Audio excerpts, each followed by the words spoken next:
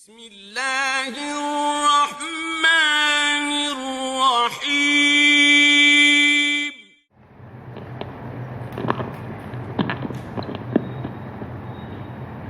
السلام علیکم ورحمۃ اللہ وبرکاتہ۔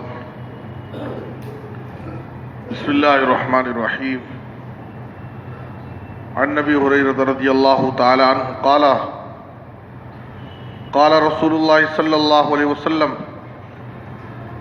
المسلم اخو المسلم لا يظلمه ولا يخذله ولا يحقره التقوى ها هنا ويشير إلى صدره 3 مرات بحسب امرئ من الشر أن يحقر أخاه المسلم كل المسلم على المسلم حرام دمه وماله وعرضه رواہ مسلم۔ محترم حضرات،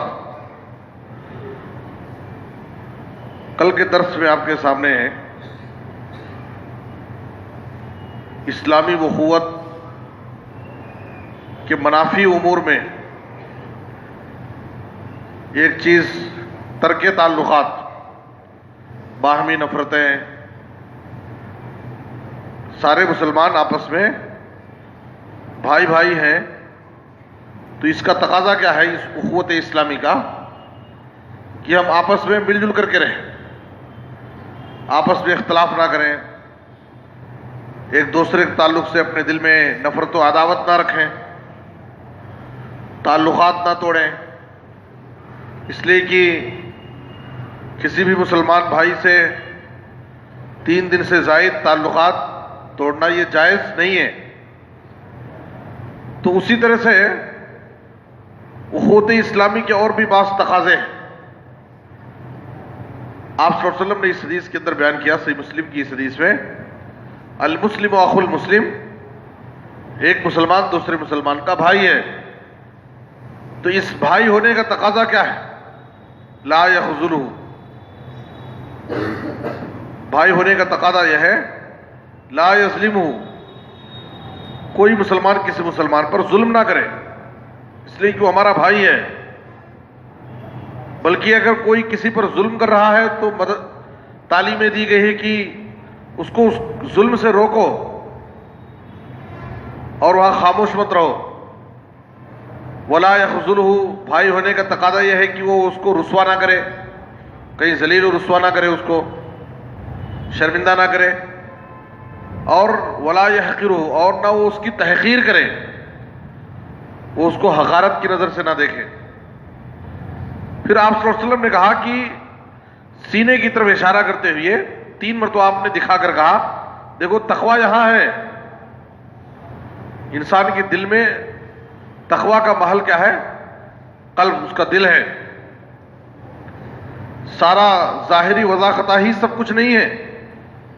آدمی ظاہری اعتبار سے بہت متقی پرہیزگار انسان نظر آتا ہے، لیکن اس کے دل میں نفرت و عداوت بھری ہوئی ہو، اس کے دل میں ایمان نہ ہو، تو یہ اچھی چیز نہیں۔ تو اس لیے نبی صلی اللہ علیہ وسلم نے کہا اصل تقوی کیا ہے؟ دل میں ہے۔ پھر آپ صلی اللہ علیہ وسلم نے کہا کہ بحسب امرئ من الشر ان يحقر اخاه المسلم، ایک آدمی کے برا ہونے کے لیے یہ بات کافی ہے کہ وہ اپنے مسلمان بھائی کی تحقیر کرتا ہے۔ جو شخص کسی مسلمان بھائی کی تحقیر کرے، اس کو حقارت کی نظر سے دیکھے، اس کو حقیر سمجھے، تو یہ اس کے برا ہونے کے لیے کافی ہے۔ وہ برا انسان ہے شریعت کی نظر میں، اللہ اور اس کے رسول کے نزدیک۔ اور کسی مسلمان بھائی کی تحقیر کرنا یہ متکبر کی پہچان ہے۔ اس کا مطلب یہ کہ وہ آدمی مغرور ہے، گھمنڈی انسان ہے، وہ اپنے آپ کو افضل سمجھتا ہے، اپنے کو بہتر اور سامنے والے کو کمتر سمجھتا ہے، جس کی وجہ سے وہ کسی کی تحقیر کرتا ہے۔ اسی لیے آپ صلی اللہ علیہ وسلم نے کبر کی تعریف کرتے ہوئے کہا الکبر بطر الحق وغمط الناس، تکبر کیا ہے؟ حق بات نہیں ماننا، آدمی حق کا انکار کر دے، حق بات کو نہ مانے، وغمط الناس، اور لوگوں کو حقیر سمجھے، لوگوں کی تحقیر کرے، یہی فخر ہے، یہی تکبر ہے جس سے منع کیا گیا ہے. تو آپ صلی اللہ علیہ وسلم نے کہا کہ ایک آدمی کے برا ہونے کے لیے یہ کافی ہے کہ وہ کسی مسلمان بھائی کی تحقیر کرتا ہے. پھر آپ صلی اللہ علیہ وسلم نے کہا کل المسلم علی المسلم حرام دمہ ومالہ وعرضہ. ایک مسلمان پر دوسرے مسلمان کی جان، اس کا خون، اس کا مال، اس کی عزت و آبرو سب حرام ہے. وہ اس کی عزت پر حملہ نہیں کر سکتا ہے، اور نہ اس کی جان پر حملہ کر سکتا ہے، نہ اس کے مال کو وہ چھین سکتا ہے. ایک مسلمان پر دوسرے مسلمان کی جان، اس کی عزت و آبرو اور اس کا مال حرام ہے. تو اخوت اسلامی کے منافی امور میں یہ بھی ہے کہ کسی کی تحقیر کرنا، اس کو حقارت کی نظر سے دیکھنا، اس کو حقیر سمجھنا. تحقیر کرنے کی بہت ساری شکلیں ہیں. کسی کو کچھ آر دلانا، مذاق اڑانا، اس کو تانے دینا، یہ سب تحقیر کی شکلیں ہیں. جیسے ایک مرتبہ صحیح مسلم میں ہے، ابو ذر رضی اللہ عنہ نے ان کے اور ان کے غلام کے درمیان کچھ بحث تکرار ہو گئی.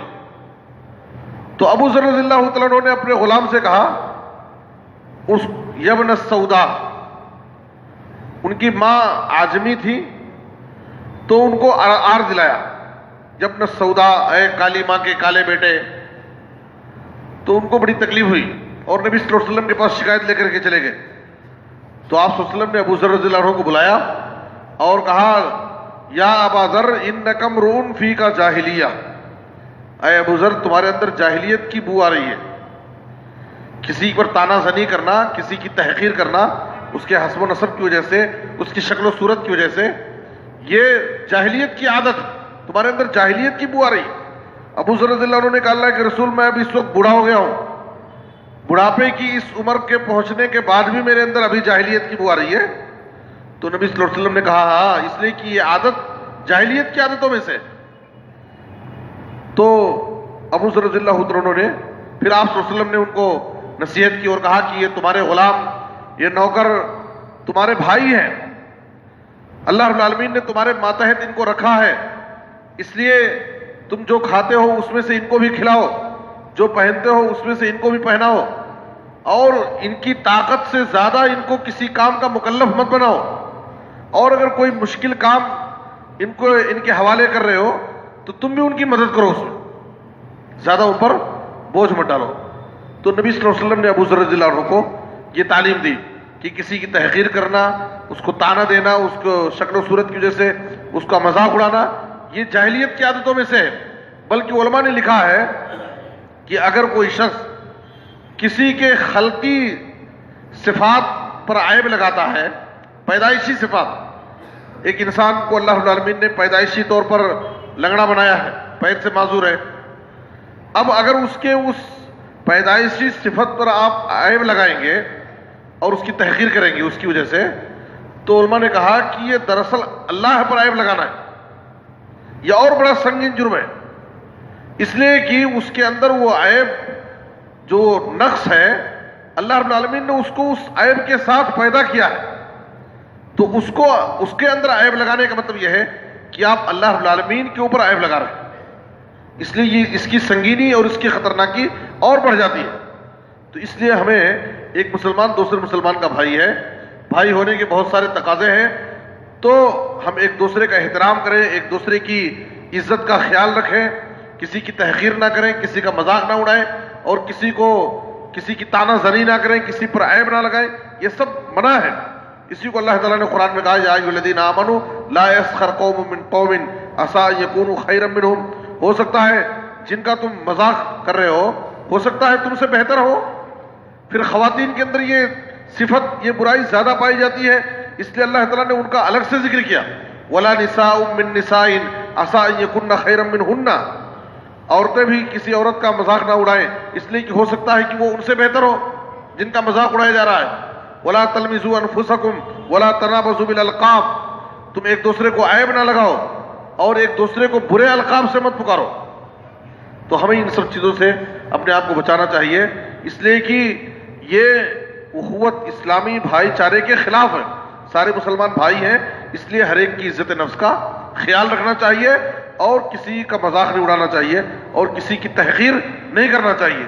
اللہ ہم سب کو نیک توفیق دے اور ہر قسم کے اچھے اخلاق کو اپنانے اور برے اخلاق سے بچنے کے اللہ ہم سب کو توفیق دے. آمین تقبل رب العالمین. وصلی اللہ علی نبینا محمد و آلہ وصحبہ اجمعین.